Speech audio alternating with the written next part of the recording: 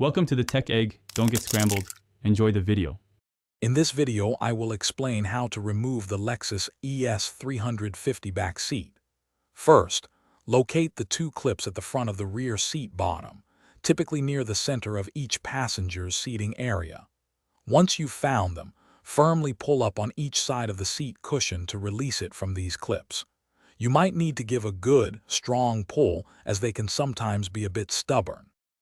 After releasing the front clips, push the entire seat bottom towards the rear of the car. This action helps to disengage any remaining anchors or hooks. Then, carefully lift the seat bottom up and out of the vehicle. It should now be completely free, allowing you to set it aside safely. With the seat bottom removed, you'll now have clear access to the seatback. Look along the very bottom edge of the seatback where it meets the floor. You should find 4 10mm bolts.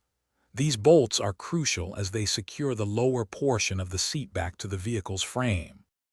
Using a 10mm socket wrench, carefully remove all 4 bolts you just located.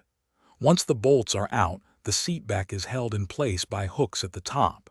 To release it, simply slide the entire seatback straight up. It might require a firm lift to clear the loops, but it should then come free. Thanks for watching. Consider subscribing if I helped unscramble your problems.